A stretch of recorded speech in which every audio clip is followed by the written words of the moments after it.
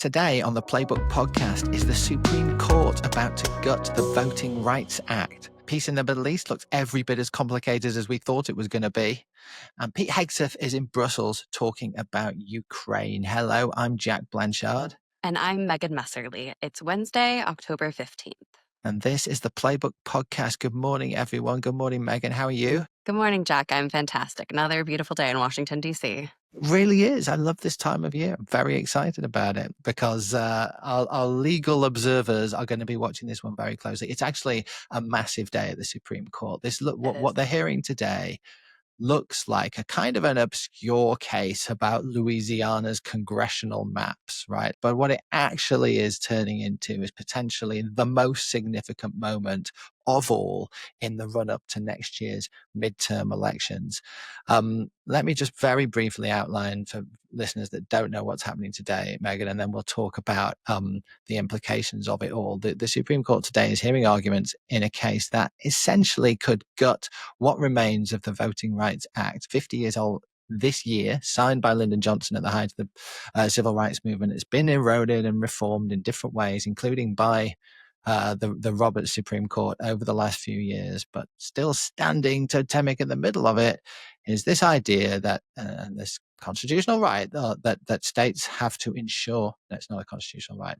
What's standing at the center of it is this legal right that states have to ensure minority representation when considering their district maps. It's absolutely central to the Voting Rights Act and has been for the past 50 years in the way that America has drawn up congressional maps, which of course has a huge impact on the outcome of congressional votes. And the case we're going to hear today is whether essentially that right should stand or whether the Roberts Supreme Court is going to remove it and potentially change congressional maps in a very, very significant way in time for next year's midterm elections. And Megan, when we have a House, particularly that's on a knife edge the way this one is, every single district is going to matter. It really is. I mean, this just brings up so many fundamental questions about representation in this country, right? You just think about the really deep-seated problems in this country that the Voting Rights Act was enacted to solve, right? Very serious issues of racial segregation. This was passed to address a lot of these concerns and ensure that Americans, their voices do count at the polls. And this case really does strike at the heart of that. But depending on how the court rules, I mean, Louisiana is already preparing for a possible special session to redraw its redistricting maps. To your point, we've already seen so much talk about redistricting so far this year amid the president's own push for Republican legislatures to redraw their lines, sort of even separate and apart from all of this. And this really does, as you said, all come down to the battle for the House, where every single seat in some of these really competitive races and in these districts that are being redrawn is really going to matter here. What Section 2 of the Act has done over the last 50 years is create what we've all come to know as majority-minority districts, right? Basically, districts within states where essentially in practice, racial minorities make up at least half the population in the way they draw that map, and it ensures that racial minority gets some genuine representation. And of course, you could draw these maps in a completely different way where racial minorities are always in the minority within your state. And so were the Supreme Court to strike this down and say, no, this is essentially unconstitutional, this 50-year-old law, because the argument is being made that districting should be colorblind, we shouldn't be thinking about issues of race when we're drawing up an electoral map, then particularly in red states, a lot of those racially drawn districts are going to disappear very, very quickly. Now, there is some dispute about how many and how quickly this could change, but we've seen a couple of liberal-leaning groups do some work on this over the summer. And in fact, Politico broke the story on this a couple of months ago. Our colleague Andrew Howard was writing about it in August. But they reckon Republicans could redraw up to 19 House seats in their favor were the Supreme Court ruling to go their way. And those 19 seats are on top of the seats that we've already seen and are in the process of seeing the gerrymander that Donald Trump has been pushing in red states. That is a decisive shift It is. in the House balance. That is not in at the moment in Texas.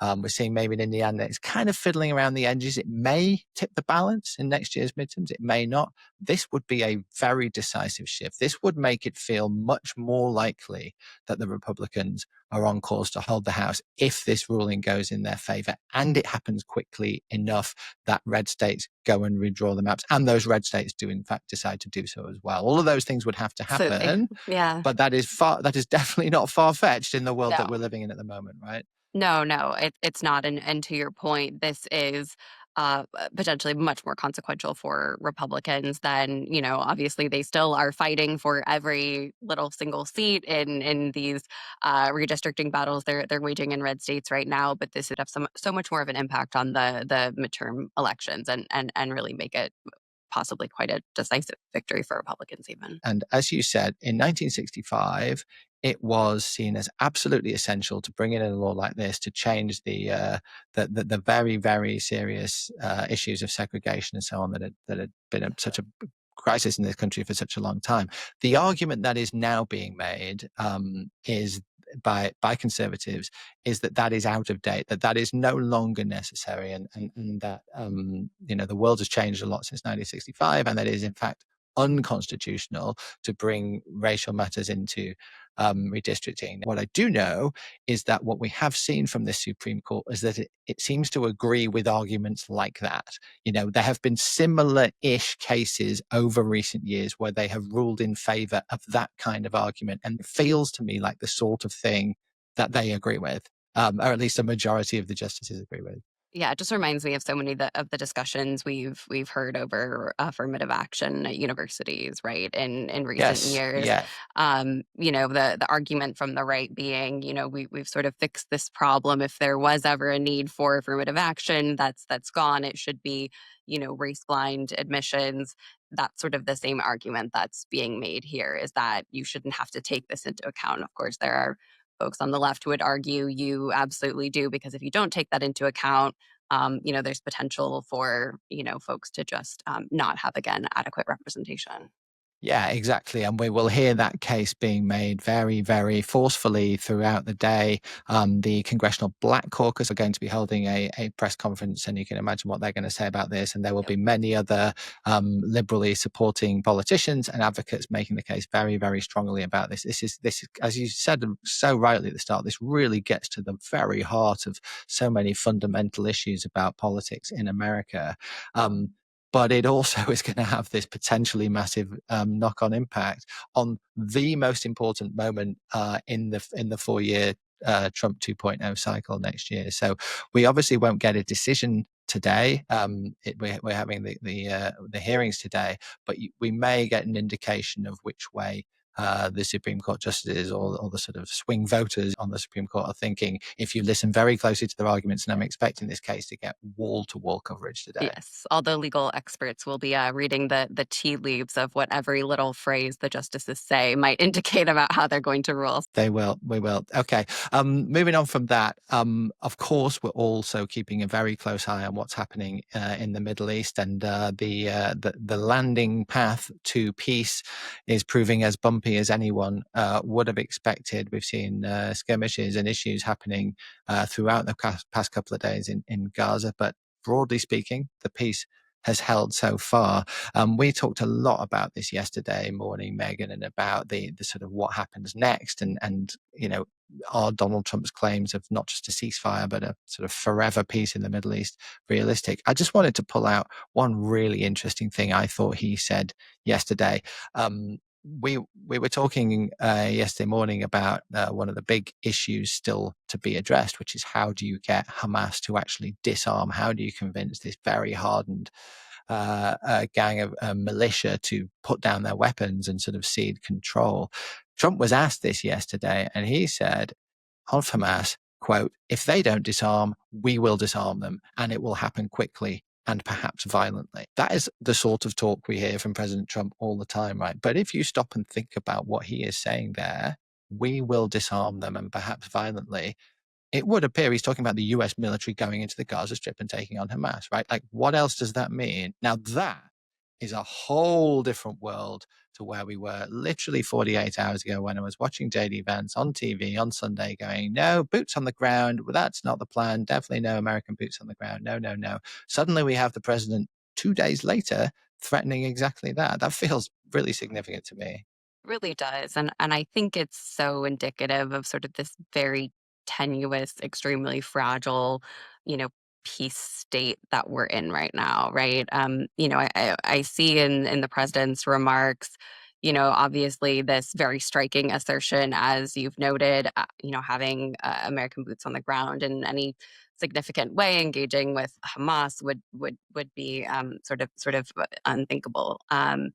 But at the same time, this strikes me as sort of a classic Trump negotiating kind of tactic, right? He never wants to take anything off the table because it's his unpredictability that gives him power. And so, he needs Hamas to sort of think he might come in guns a-blazing with the American military, if they don't put down their arms at the end of this. And of course, this all just goes back to the complexity of the situation in Gaza that we're seeing right now, which is, as is Israeli forces are retreating. The president was asked about this over the weekend, right? About Hamas police forces, with arms on the ground, and President Trump said, we gave them, the go ahead to do this for a time.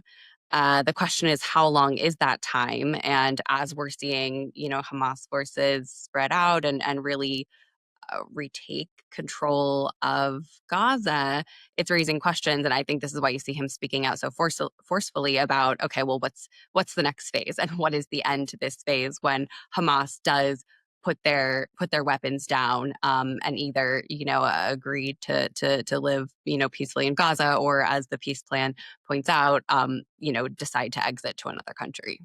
You bet. And in the meantime, we are expecting to see more bodies of deceased hostages handed over by Hamas today. Israel, of course, demanding all of those bodies back. And I would think lots more pressure on Hamas to move quickly on that. Let's talk about the other war that Donald Trump is trying to solve, Megan, because the Defense Secretary Pete Hegseth is in Brussels today, meeting with a whole sort of alliance of Western defense ministers there to talk about Ukraine. We know that Volodymyr Zelensky, the Ukraine president, is going to be in the White House this coming Friday. So Trump very much, and the administration very much, turning their attention back onto this now. And the critical question that they're grappling with is now appears to be whether they're going to provide Ukraine with even more serious ammo and weapons than they've had before, in the form of long-range missiles that could strike deep into Russia.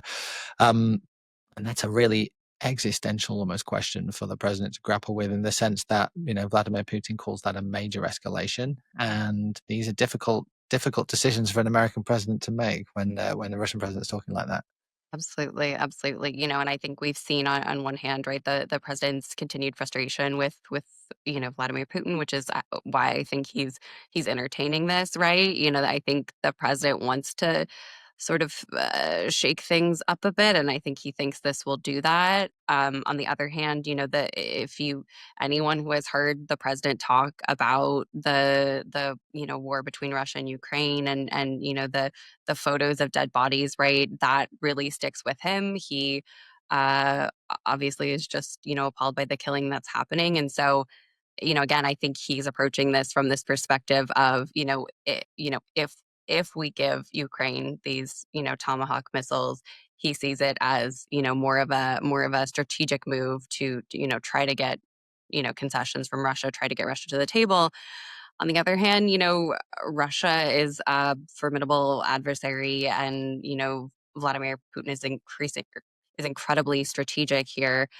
So there's no guarantees that Putin is going to respond in the way that Trump wants him to do, which would be to say, no, this is a bridge too far. Okay, let's come to the table on peace. And I'm sure there'll be plenty more questions for the president on the Middle East and everything else when we hear from him today. The main thing on his schedule is a 3:00 press conference in the Oval Office with the FBI chief, Kash Patel.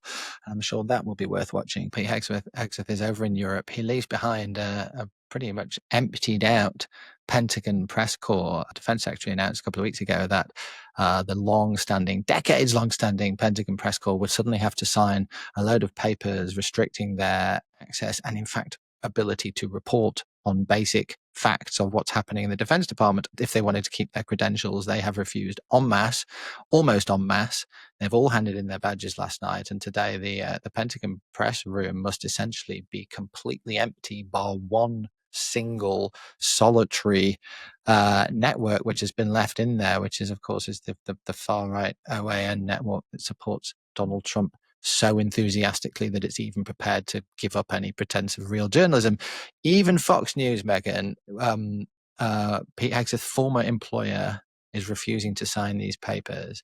I mean, this is pretty extraordinary stuff. You're in the White House most days. You haven't been forced to suddenly sign these sorts of documents by the Trump White House, have you? No, no. I mean, this is really just extraordinary, unthinkable step by the Pentagon, right, to try to control the flow of information in a really alarming way. And I think the fact that you see, outlets across the spectrum, including Fox News, saying, this is not something we want to be doing, just really speaks to the importance of, journalistic freedom and integrity. And, I talked to a lot of folks about this broadly with actions the administration is taking, but there are conservative outlets out there that are, either didn't like how they were treated under, Joe Biden's administration and fear how they might be treated under a future Democratic administration. So there's, fears that, okay, President Trump taking this action now, he's friendly to us as a conservative outlet,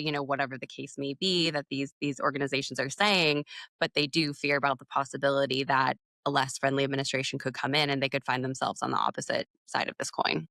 Completely. And the thing is, it doesn't even feel to me that it is President Trump taking these actions. President Trump is an Yeah, incredibly accessible, open he president, is. right? Yeah, This is a Pete Hegseth thing. This is a guy who hasn't given a briefing in months. This is a guy who is clearly incredibly paranoid about his department. I mean, there's just no two ways about it. It smacks of insecurity to me, this stuff, versus a president who feels incredibly secure in answering journalist questions. absolutely. I mean, I think, President Trump will stand there and answer questions for 3 hours, right? So he doesn't need to sort of insulate himself in this way. In fact, the president enjoys the back and forth with journalists. I've been on Air Force One and peppered him with questions, and he enjoys the dialogue, even when he's saying, oh, you fake news media, right? Yeah, and to me, what Hegseth's doing just really smacks. This is a guy who's in his mid-40s. He's not a experienced leader of big organizations. He's a TV host, and he's been thrown into this job, and it just looks like someone who feels very insecure about it and doesn't want scrutiny. And of course, the irony is, like he says, he's doing it to protect national security. The biggest national security leak this year has come from one Pete Hegseth by putting a load of war plans in a Signal chat group that had a journalist in it. So, okay, before we go, Megan, we must talk about this extraordinary story that our Politico colleagues published yesterday that really blew up the internet yesterday afternoon. And we've seen everyone from the vice president down reacting to it all through the day. Shout out to our wonderful colleagues in New York, Jason Beeferman and Emily No, who got this incredible leak of an enormous Telegram chat group, including lots of leaders of young Republican groups, thousands of messages, thousands of pages of messages, where they they chat amongst themselves, these young Republicans, but it is the most extraordinary use of racist language, appalling racist so-called jokes. I'm not going to read any of it out on a podcast. If you want to see it, you should read the story. It's on our website, and it's incredibly shocking stuff to read. It's created a huge stir, as you would expect. It was the biggest story around yesterday, and everyone condemning it except for JD Vance, the vice president, Megan, who was not prepared to condemn this, which I thought was amazing, really. Yeah, and it sort of stood, I think, in stark contrast to the pretty otherwise unified response that we saw from other Republicans, resoundingly condemning this. Instead, you have JD Vance posting on Twitter, drawing attention to a Democratic Virginia Attorney General candidate, Jay Jones, who texted a colleague about wishing harm on his children, some pretty horrible language there as well. But JD Vance essentially equating these two things and saying that what Jay Jones said was far worse than anything said in a college group chat, and sort of he used the phrase, I refuse to join the pearl clutching, right? So I think that was a really shocking sort of response to see, and has been drawing a lot of attention overnight. What Jay Jones texted was awful. Both of these things can be awful. You don't have to. You have to choose sides here. It seemed like an incredibly political reaction from him to be, and like obviously a guy who's got an eye on 2028 and needs to get all the support he can get from the Republican base. Ahead of that selection process. It was pretty surprising to me. Anyway, we have a follow-up story that's gone online late last night, and I'd recommend everybody read that too, because this one is going to keep moving throughout the day. We better leave it there, Megan. That was really fun. Thanks very much for joining.